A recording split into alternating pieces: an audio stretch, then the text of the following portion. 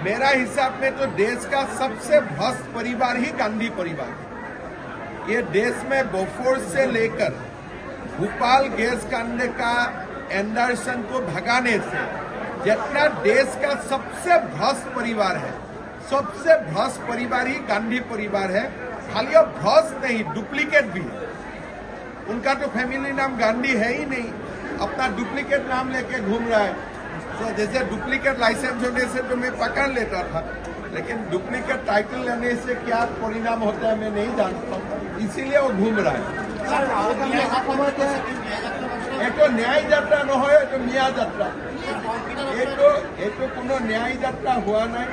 য'ত য'ত মিয়া থাকিব তাতে মানুহ হ'ব, য'ত য'ত মিয়া নাই তাতে মানুহ নহ'ব। গতিকে মোৰ দৃষ্টিত এইটো ন্যায় যাত্ৰা নহয়, এইটো মিয়া যাত্ৰা।